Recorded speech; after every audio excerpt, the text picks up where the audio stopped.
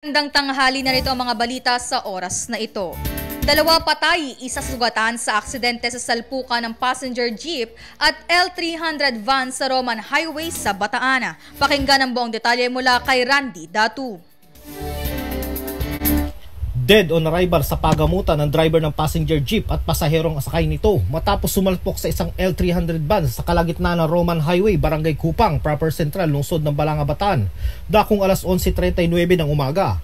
Sa incident report ng Balanga City Police, habang binabaybay umano ng passenger jeep patungong Pilar, Bataan na minamaneho ni Macario Caragay, 78 taong gulang, sa kaya isang 53 anyos na taga Samal, Bataan, bigla umanong lumiko pakaliwa sa fast lane ang nasa kabilang linya na nasalubong na L300 van na dinadrive naman nito ni Jeric Malasante, 26 anyos at residente naman ng Barangay Doña sa Orani, Bataan, kung saan paparating naman ang passenger jeep dahilan para sila magkasalpukan sa gitna ng highway.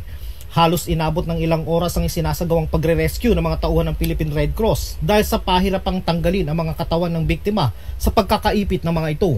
Agad namang itanakbo sa Bataan General Hospital ang sugatang driver ng L300 habang ang driver ng jeep at pasahero ito ay diniklarang wala ng buhay. Mula rito sa lalawigan ng Bataan para sa himpilang may paninindigan, ako si Randy V. Dato ng DCME 1530, ang Radyo 1. Para sa iba pang balita at impormasyon, sundan ang aming Facebook page, DZME 1530 o mag-login sa www.dzme1530.ph. Mula sa News Center ng DZME 1530 ang Radio 1, ako si Melanie Ocampo.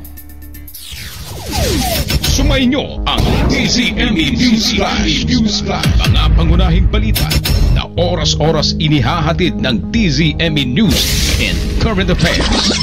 Abangan ang susunod pang maiinit na balita dito lamang sa DZME News Flash.